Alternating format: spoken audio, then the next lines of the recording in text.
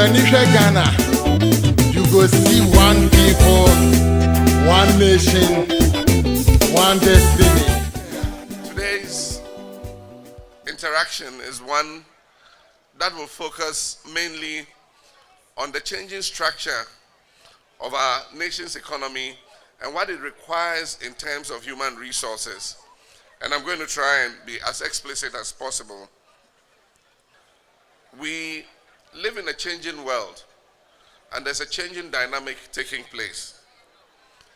In the colonial era, the kind of human resource that was required by the colonial government to assist it in administering the colony was one that was based on mostly a grammar school education, because most of the, let's say, Africans that the colonial government wanted to recruit were meant to serve as clerks in the colonial administration and work mainly in the civil service of the colonial administration.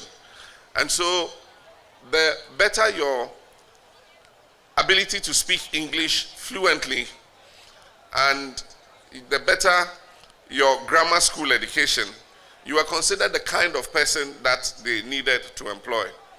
After we gained independence, we continued with this same, request for human resource, prioritizing grammar school education over technical education. And that is how come this negative perception of technical education has come about. It was believed that technical education was geared towards moving its graduates and students into manual labor, while grammar education was geared towards moving its graduates into labor that utilized the mind. But that has all proved to be false, because in technical and vocational education, indeed, there's a high use of the mind. And so that was false, but that was the perception that has held for a long time. And that is why still today in our nation, a lot of people prize, going into the more humane sectors than going into technical and vocational sectors. At the time that we were entering university and graduating, and even previously, before we finished university, when the university was graduating students or doing the congregation, there were high-flying blue-chip companies like Unilever's, UAC, UTC, those trading houses and manufacturing houses and others, who were looking for graduate trainees. And so they normally came to the university to see those who had gotten first classes and second uppers. And immediately you were congregated, they took you from campus, and they all had their graduate training programs. And so they put you into the graduate training program, and you became a management trainee to begin a career within those establishments. Today that no longer exists. And that is because our economy and our nation is diversifying. The dynamic in our country is changing. The demand in terms of human resource is shifting from just management trainees and the humane sectors, the human sectors, to technical and vocational sectors. For instance, if you look at Ghana's economy, the service sector has overtaken agriculture as the largest contributor to GDP. And so the service sector is demanding certain skills. A lot of them in science, engineering, electronics, ICT, and those sectors. And so if you just go and do a purely management, human-related discipline, then your chances of getting employed in that sector are slimmer. Aside from that, we have the construction sector. Because of the growth of our economy, the construction sector is expanding rapidly. Because of our investment in socio-economic infrastructure, that is building roads, building new schools, building hospitals, providing water, providing electricity to our people, the demands of that sector are changing. there is a major contractor who told me that he was looking for an efficient overhead crane operator, and he couldn't find one. And so he had to go outside the country and bring in a crane operator to come and operate an overhead crane. And in bringing that person, he put a Ghanaian to understudy him so that he could have his own crane operator after the expatriate had left. And so I'm just showing you the new range of demands that industry and business is looking for. Mining has been a traditional sector in Ghana.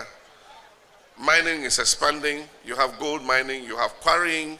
There's been an explosion of quarry industries in Ghana because of the demand for quarry products, because of a growing economy. And so they're looking for quarry engineers, they're looking for geologists, they're looking for excavator operators, they're looking for bulldozer operators, they're looking for quarry equipment operators. And then you also have the new oil and gas sector. The oil and gas sector is looking for all kinds of skills. They're looking for welders, they're looking for plumbers, they're looking for electricians, they're looking for engineers, they're looking for technicians, and so many other such skills.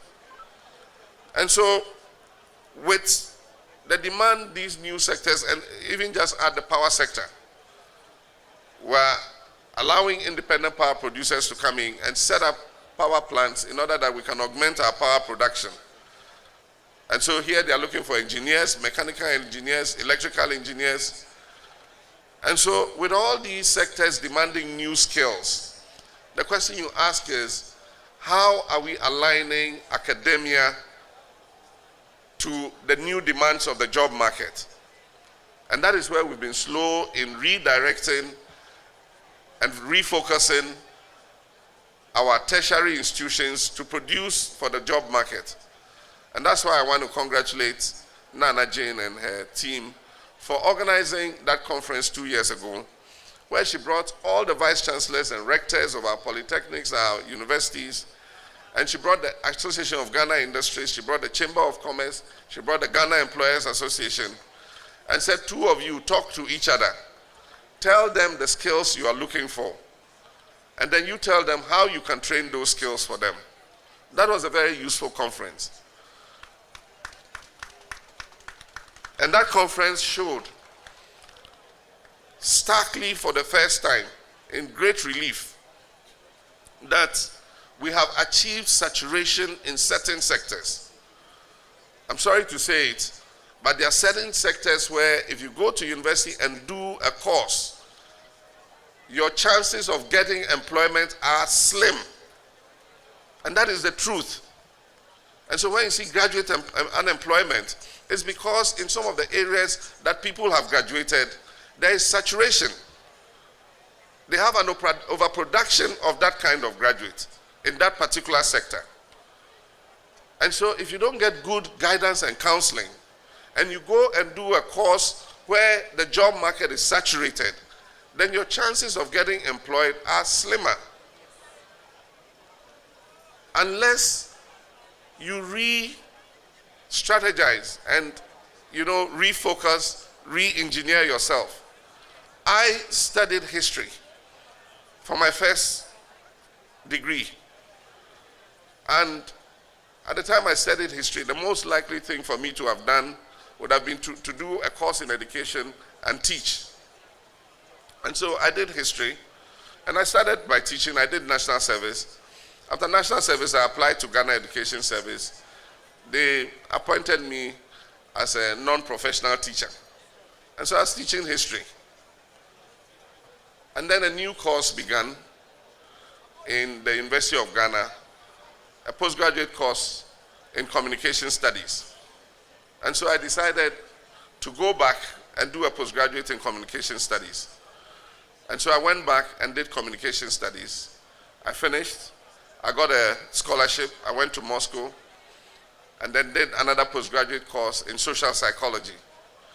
And so history, communication, social psychology is what has made me what I am today.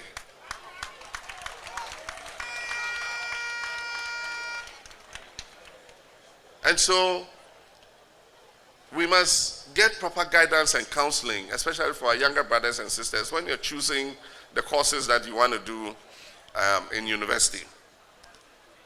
We have presented a job creation policy in our manifesto, and I must say that our proposals for job creation is probably the best founded, because it is based on reality. It is based on the reality of our running this country for the past few years. And so we understand the reality of this country. And that is where the shift in respect of our focus has come from. And so if you read our manifesto, it says that TVET is at the core of our job creation efforts. That's technical and vocational education training. It's at the core of our job training efforts. Because with the new demands by the various sectors that I mentioned, we must produce that core of graduates in order to be able to fill those vacancies. To Anisha Ghana, you go see one people, one nation, one destiny.